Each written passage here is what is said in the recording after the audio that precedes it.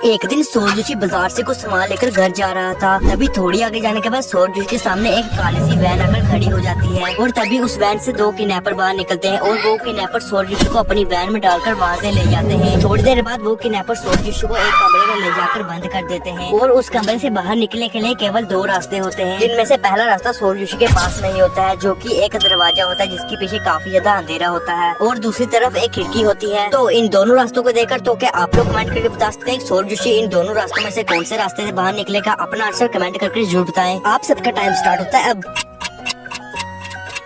इन दोनों रास्तों में से सोरजुशी पहले वाले रास्ते से बाहर निकलेगा, क्योंकि अगर आप लोग ध्यान से देखोगे तो दूसरे वाले रास्ते में एक खिड़की आती है जिससे सोरजुशी बाहर तो निकल सकता है, लेकिन उस खिड़की में छोटी छोटी लोहे की रोड लगी होती है जिसको तोड़ने के लिए सोरजुशी के पास कुछ भी नहीं है। तो इसी बात से साबित होता है कि सोरजुशी पहले नंबर वाले रास्ते से ही बाहर निकलेगा। अगर आप लोगों को इसका उत्तर पहले से मालूम था तो अपना आंसर कमेंट में जरूर बताएं। उस दरवाजे से बाहर निकलने के बाद सोरजुशी एक अलग से रूम में पहुंच जाता है। उस रूम में जाने के बाद सोरजुशी एक पिंजरे में कैद हो जाता है और तभी सोरजुशी देखता है कि उस रूम के 3 दरवाजे होते हैं और उन दरवाजों के स्विच सोरजुशी के बगल में ही लगे होते हैं, जिनमें से पहले वाले बटन को दबाने से पहले वाला दरवाजा खुल जाएगा, लेकिन उस दरवाजे के पीछे एक खूंखार भालू होता है और दूसरे वाले बटन को दबाने से दूसरे नंबर वाला दरवाजा खुल जाएगा, जिस दरवाजे में काफी तेज आग लगी होती है, और लास्ट वाले बटन को दबाने से लास्ट नंबर वाला दरवाजा भी खुल जाएगा और उस दरवाजे में 5 सेकंड के लिए पानी बहने लगेगा। तो इन सभी दरवाजों को देखने के बाद तो क्या आप लोग कमेंट करके बता सकते हैं सोरजुशी इन तीनों बटन में से कौन से बटन को पहले प्रेस करेगा? आपका टाइम स्टार्ट होता है अब।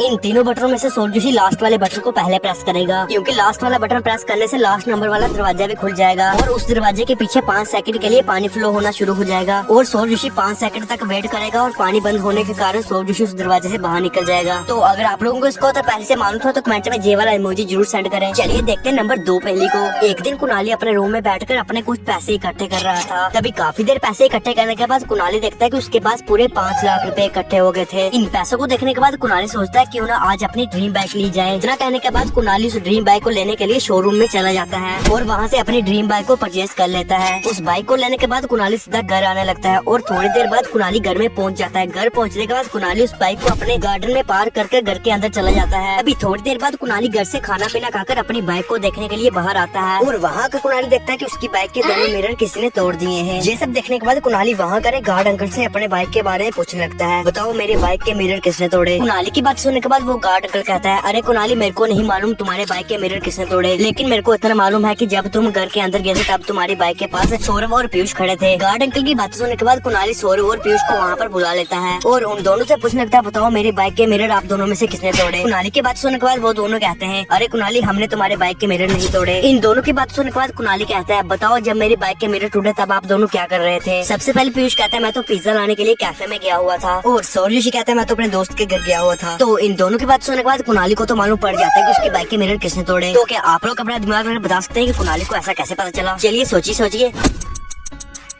इन दोनों में से कुणाली की बाइक का मिरर पीयूष ने तोड़ा, क्योंकि पीयूष कह रहा था मैं तो पिज्जा लाने के लिए कैफे में गया हुआ था, लेकिन पीयूष के हाथ में तो बर्गर है। तो इसी बात से साबित होता है कि कुणाली की बाइक के मिरर पीयूष नहीं तोड़े। बाइक के मिरर तोड़ने की वजह से कुणाली पीयूष को जोर जोर से मारने लगता है। तो आज की वीडियो में बस इतना ही। तो मिलते हैं आपसे किसी नेक्स्ट क्रेजी एंड धमाकेदार वीडियो के साथ में, तब तक के लिए बाय बाय।